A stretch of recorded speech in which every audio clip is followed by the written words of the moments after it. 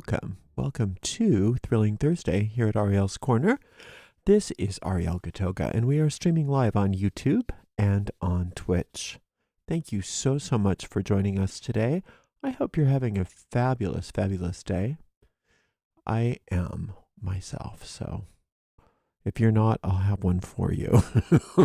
I'll have your good day, and you can lean on me and get it back from me later, okay?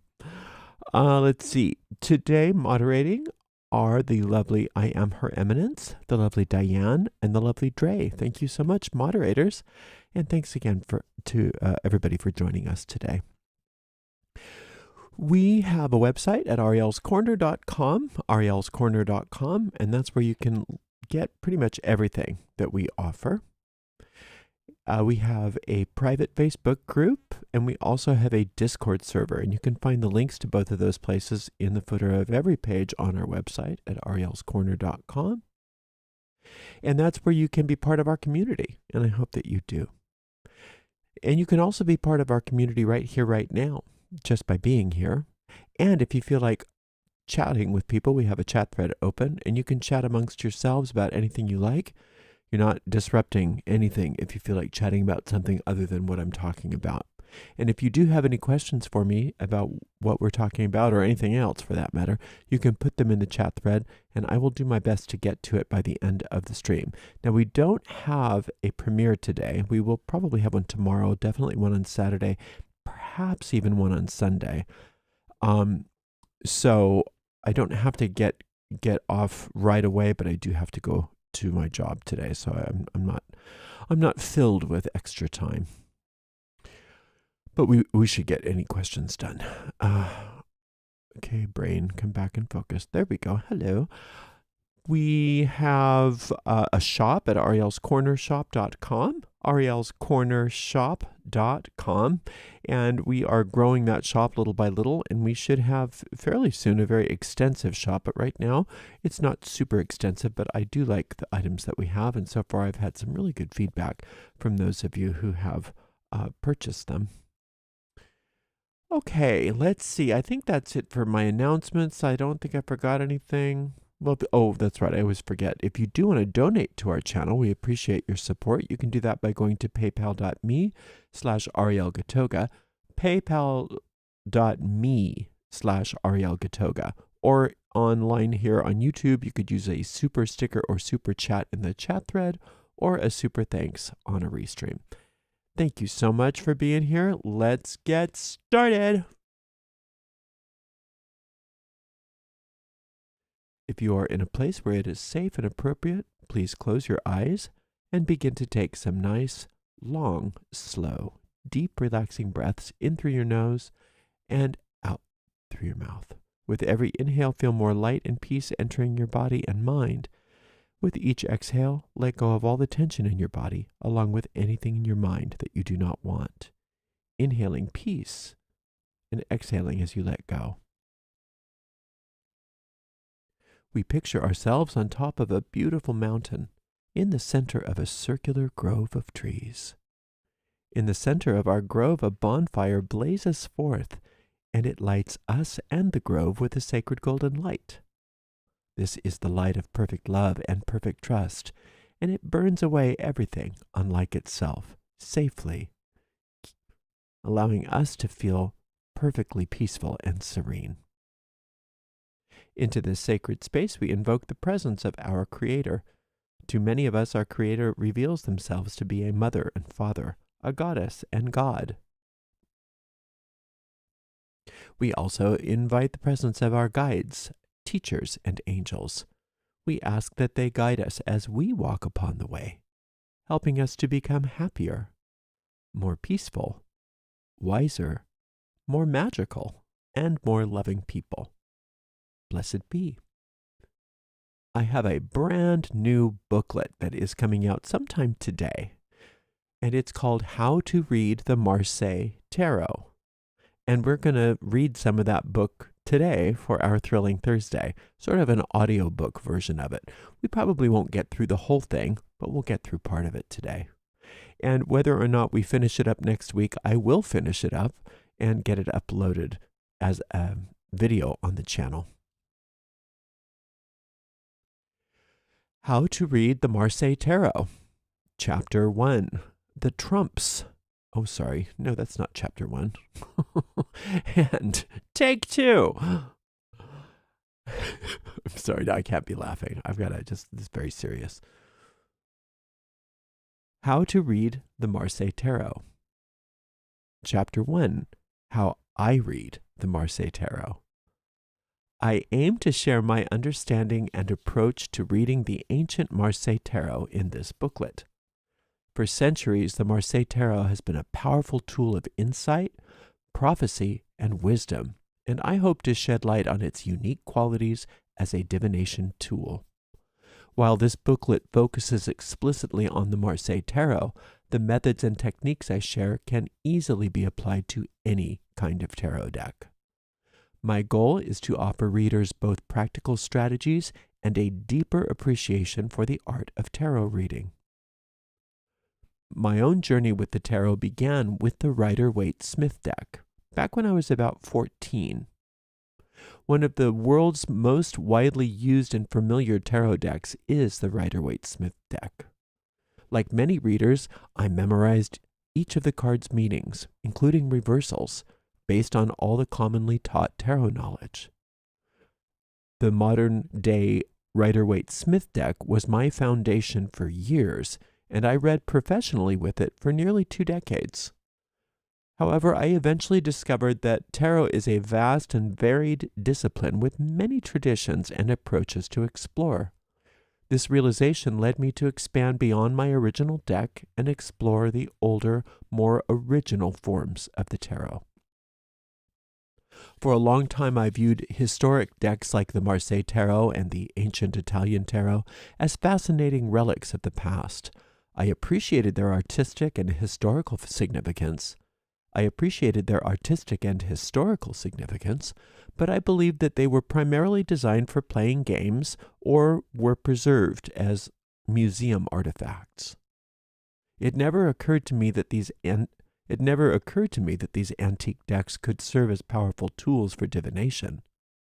Compared to the richly illustrated modern decks I was accustomed to using, their simplicity shaped my perception of them. Everything changed when I learned how to read with a regular poker deck. Cartomancy, the practice of divination with standard playing cards, opened my eyes to new methods of interpreting symbols and patterns, and numbers. Let's say that again. Cartomancy, the practice of divination with standard playing cards, opened my eyes to new methods of interpreting numbers, symbols, and patterns. This experience made me curious about applying those techniques to historic tarot decks like the Marseille. The simplicity of playing card readings mirrored the unadorned elegance of these antique so-called pip decks. I began to see the Marseille Tarot in an entirely new light. The first time I read with a Marseille deck, something clicked. The experience was transformative, and I instantly connected with the deck's straightforward yet profound symbolism. From that moment on, the Marseille Tarot became my primary reading tool.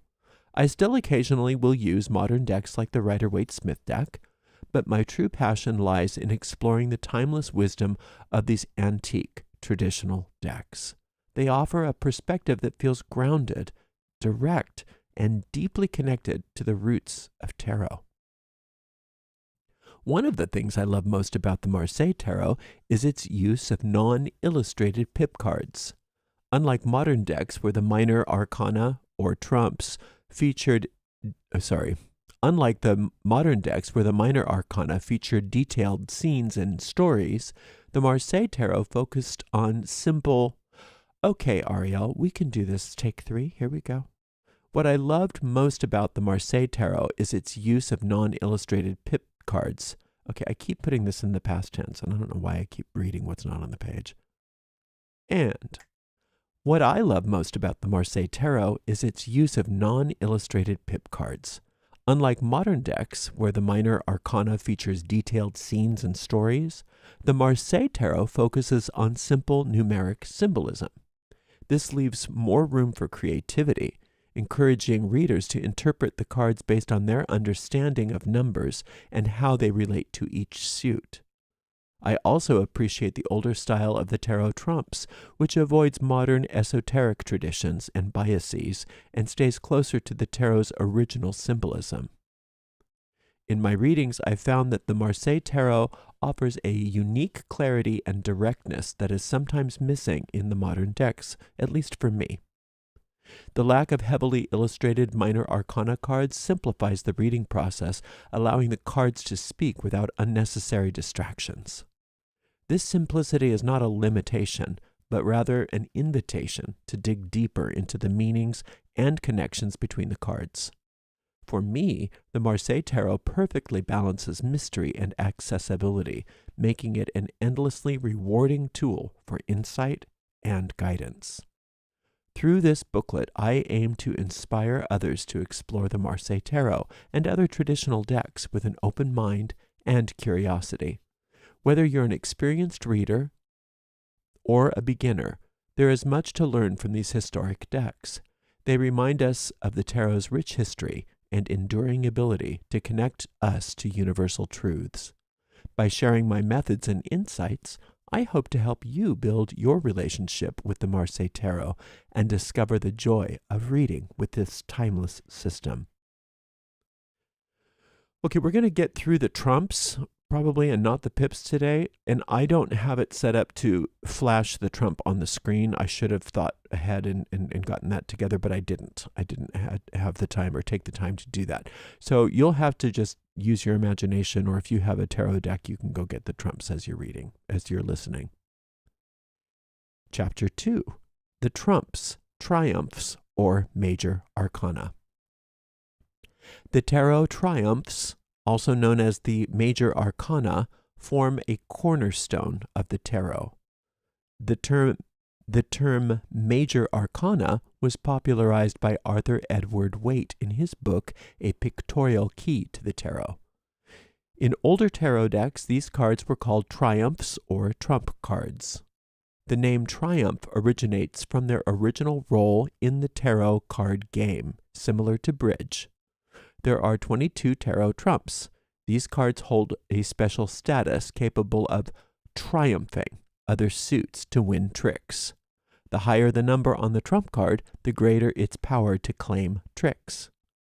The tarot card game is a much more intricate version of bridge, and the trump cards play a pivotal role in this gameplay. The numbers on the trump cards dictate their strength in the game, with higher numbers carrying more significant influence. This principle extends to the pip cards, the minor arcana, where higher numbers hold more weight, with aces being the most powerful card in any suit. However, the trump cards consistently will outrank pip cards. Among the trumps, higher numbered trumps dominate those with the lower numbers. This hierarchy is also significant in tarot readings. Pip cards, including court cards, represent the day-to-day aspect of life, our routines, experiences, interactions.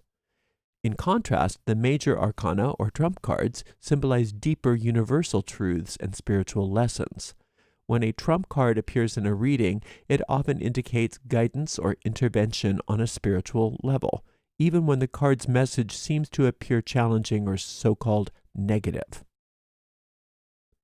The Fool card is an unnumbered card in the tarot deck, at least originally. Now it's often called the Zero card. In ancient decks, it was typically provided with no number at all. It's a similar card to the Joker in a standard deck of playing cards, a wild card. In tarot, its meaning is often open to interpretation, but at its core, the Fool represents a variable element.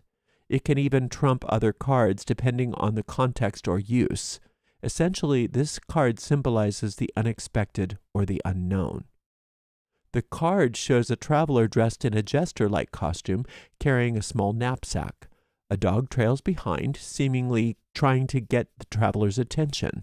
In many versions of the card, the traveler is shown on the cliff's edge, looking up at a sky and not paying attention to their surroundings or to the dog. I didn't say that right. A dog trails behind, seemingly trying to get the traveler's attention.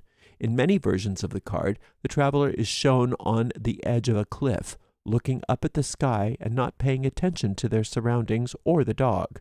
This imagery can be interpreted in many ways, often influenced by the cards around it. On one hand, the Fool can represent innocence, a sense of openness or a beginner's mind, a willingness to discover and embrace what lies ahead with no preconceived notions. It's the energy of a blank slate, a fresh start. However, the dog's presence in the looming cliff suggests a warning, a reminder to pay attention and not act carelessly. The Fool may symbolize someone ignoring their inner guidance, being reckless, or living in ignorant bliss without considering the potential consequences. In this sense, it can either be a positive sign of innocence and new beginnings, or a cautionary card urging awareness and mindfulness. From a spiritual perspective, the Fool's lack of a number often symbolizes the journey through the tarot deck as a form of initiation. It represents both the start of the journey and its culmination. The Fool begins as an innocent, inexperienced traveler, but evolves into someone wise and adept by the journey's end. This is often referred to as the Fool's journey, where the card embodies transformation and growth through experience. Its meaning is highly flexible and depends entirely on its context within a reading. Trump number 1, the Magician or Juggler. The first numbered card we encounter is the Juggler or Magician. I prefer the ancient tarot decks like the Marseille or Old Italian decks over the more modern esoteric ones based on Rider-Waite-Smith. The older decks feel more authentic with precise, pure symbolism that doesn't try to reinterpret the original intent. In those ancient decks, the symbols were straightforward and consistent, unlike the updated versions that sought to impose esoteric meanings, including renumbering and altering cards like Justice and Strength. These changes were aimed to, quote, correct the tarot, but in my opinion, it didn't need fixing. It was perfectly fine the way it was. With the Magician card in the Rider-Waite-Smith decks and its offshoots, the figure represents an adept, someone developing magical skills, standing at an altar, not a table. That's fine, but it's a very different symbol than the one that we see in these older decks. In the ancient decks, this figure is not a magical adept, but a trickster, a carnival huckster, playing games like the shell game to deceive others and make a quick profit. You can even see sleight of hand in the depiction, as this character ensures that you never catch the ball and permanently lose your money. When this card appears in a reading, it often symbolizes using your cleverness, creativity, or genius in ways that might not serve your highest good. It can be a call to reflect on whether you fear or, it can be a call to reflect on whether fear or insecurity drives you to manipulate others. It can be a call to reflect on whether fear or insecurity drives you to manipulate how others perceive you.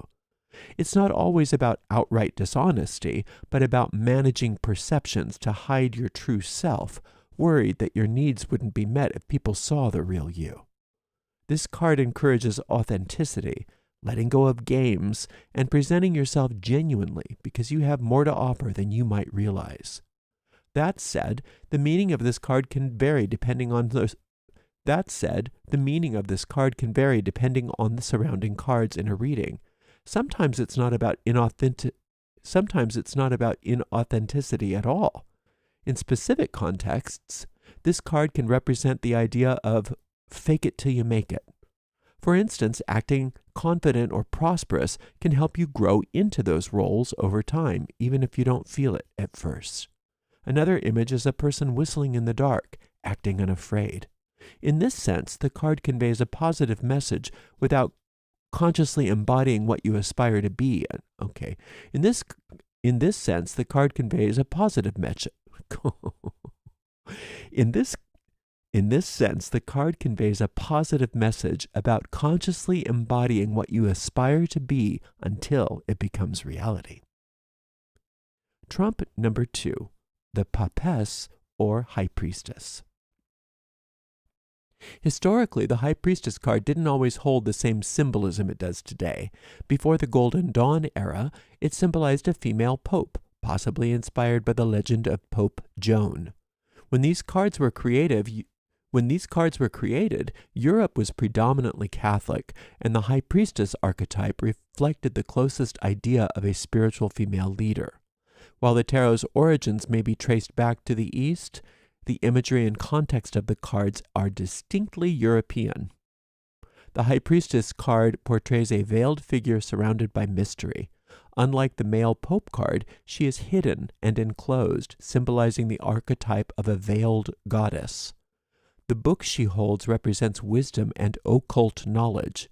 She embodies the goddess as a mystery figure, what is hidden, unknowable, and beyond reach. This card reminds us of the importance of mystery in life. In nature, many vital processes are hidden and protected. For example, our internal organs, like the spleen, heart, and liver, are shielded deep within our bodies. Similarly, new life, such as a baby, develops in the dark safety of the womb. Seeds sprout and grow underground, away from view. The high priestess represents this natural process, the need for things to remain hidden and protected in order to grow and flourish. When this card appears in a reading, it often suggests that you don't need to know every detail or have all the answers right now. It's a reminder that just because something isn't visible doesn't mean it's not unfolding. Nature works in its way, often beyond our understanding, but always creates balance and sustains life, even through cycles of death and renewal. The high priestess asks you to trust the unseen. Surprises may lie ahead, but they will reveal themselves in their own time. Trust that things are happening beneath the surface and will be revealed when right. These interpretations are not definitive. They're simply insights and starting points for developing your own understanding. The most important thing is to build your connection with these cards. What a card means to you is far more important than what someone else says that it should mean. Trust your intuition and create your interpretations if specific meanings don't resonate. This way, when a card appears, you can engage in a meaningful dialogue with your deeper self through the cards. Trump number 3, the Empress. The Empress is a symbol of power and sovereignty, true sovereign power. What does she do to wield this power? Interestingly, she does nothing. The less she does, the more things happen around her. It's similar to the concept of Gandhi's influence. Gandhi didn't take active physical actions all the time. He would often sleep and fast. But his presence and sheer magnetism made him one of the most influential figures in India's history. Though an oversimplification, the idea here is clear. Power can come from poise and presence rather than constant action. This is the Empress's power, the power of poise, of being a magnet for prosperity and abundance and all good. The Empress represents prosperity on a grand scale. While queens are nurturing figures who support and give life to their kingdoms, the Empress stands above them all, reigning over multiple realms. She embodies the abundance and prosperity of an entire empire. A helpful image to understand this might be the classic Disney princess. She doesn't actively demand help, yet all the woodland creatures instinctively gather to assist her, sewing her dress, doing her hair, and caring for everything she needs. The Empress works similarly. By finding her poise, the Empress works similarly. I can't say that word today. The Empress works similarly. No, it sounds like I'm doing it really carefully. The Empress works in a similar manner by finding her poise, recognizing her power, and setting her intentions. Everything falls into place for her. She doesn't act forcefully. Instead, her magnetism draws what she needs to her. The Empress is a figure of immense power, prosperity, femininity, and magnetism. She is deeply connected to Venus and embodies its energy and abundance. Trump number 4, the Emperor. I love how the emperor is usually depicted with his legs crossed, leaning back on his throne. He has this natural swagger, a quiet confidence from knowing his power. Interestingly, he and the empress share the same scepter, symbolizing shared power. While the empress embodies magnetism and creation, the emperor represents action and execution. Notice their postures. The empress sits upright, full of poise, while the emperor leans back, relaxed yet assured. His swagger is not forced, it's innate. He knows his role as the executive of the tarot deck. The emperor rules over the empire, representing the life of the person receiving the reading. His power reflects their ability to make decisions, take action, and shape their reality. That being said, not all emperors are created equal. There are compassionate, efficient leaders and tyrannical, ineffective leaders. It all depends on how they choose to wield their power. This card is a reminder. It's up to you to decide what kind of emperor you will be. Great leaders don't act alone. Like any ruler, the emperor surrounds himself with trusted advisors, people more intelligent than him in specific areas.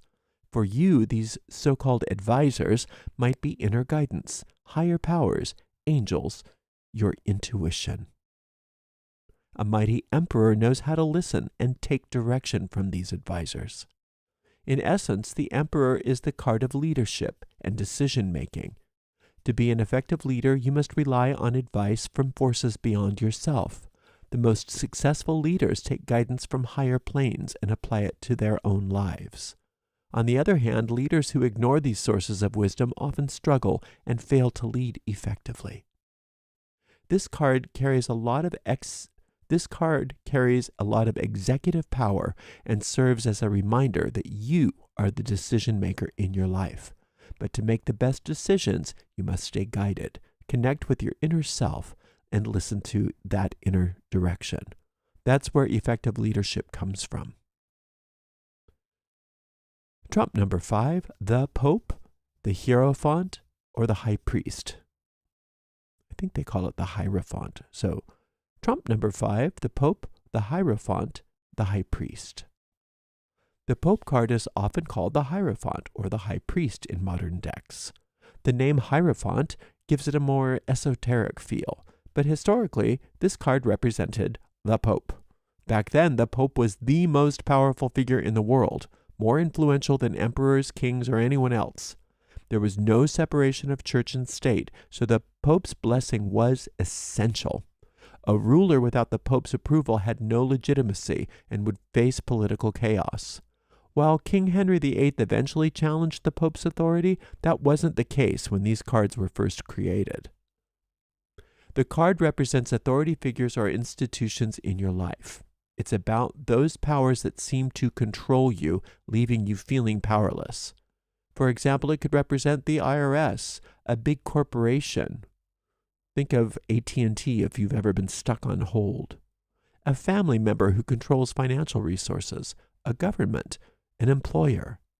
Essentially anyone or anything you believe holds power over you, making you feel small or powerless.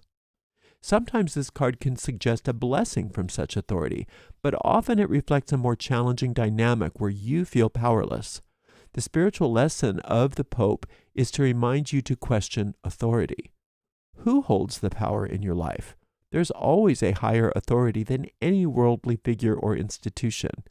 You can reclaim your power by connecting with your inner guidance and this higher intelligence.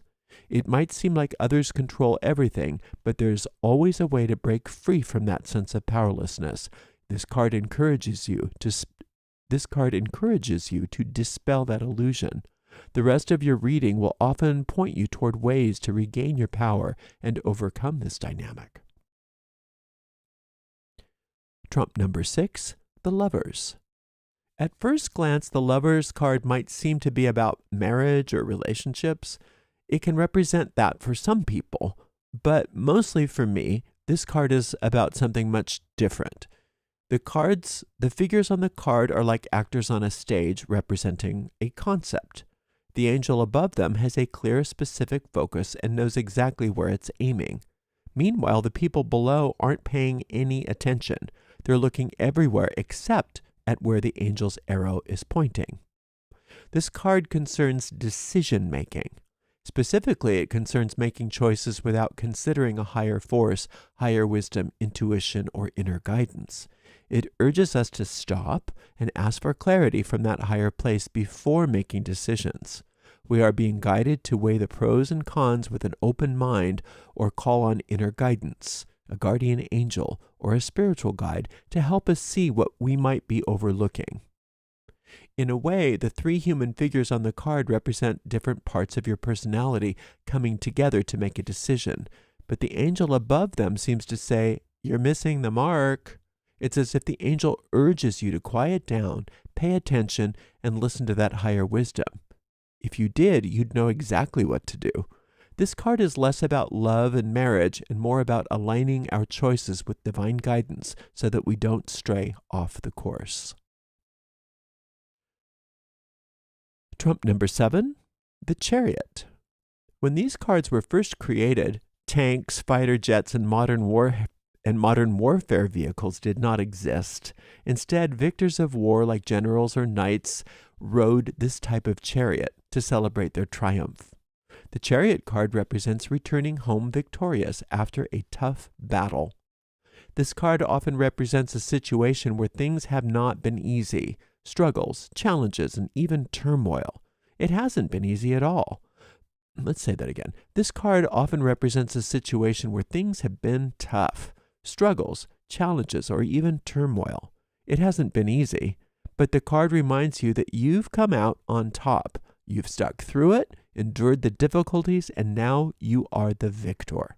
It's a powerful symbol of how things can improve when you stay determined and resilient. The Chariot represents the end of the battle. It's no longer about being in the fight. It's about returning home victorious. This card has several layers of meaning. For example, the lunar symbols on the Chariot link it to the moon and to the zodiacal sign of Cancer, often pointing to an emotional or spiritual victory. These triumphs aren't just about external conflicts like challenges at work or disagreements with others. The Chariot also reflects triumph over internal struggles, such as dealing with emotions, personality, or other inner turmoil. It's about having overcome one of these challenges and realizing your power as a result. This is a card of acknowledgement and triumph, but it also carries an important reminder. Don't rush forward too quickly. When we achieve something difficult, we move on to the next goal very often without reflecting or celebrating our victory. The Chariot card urges you to slow down and savor your victory. Take a moment to recognize all the hard work, persistence, and strength it took to get you here. In the past, victors would return home in chariots to the cheers and admiration of the crowd. In the same way, this card is telling you to take your victory lap. Even if no one else acknowledges it, allow yourself to feel satisfied. Whether it's recognition from others, your own reflections, or even spiritual acknowledgement, take the time to honor what you've achieved. You've earned it, and you deserve to celebrate and acknowledge your triumph. Trump number 8, justice. Balance must always exist.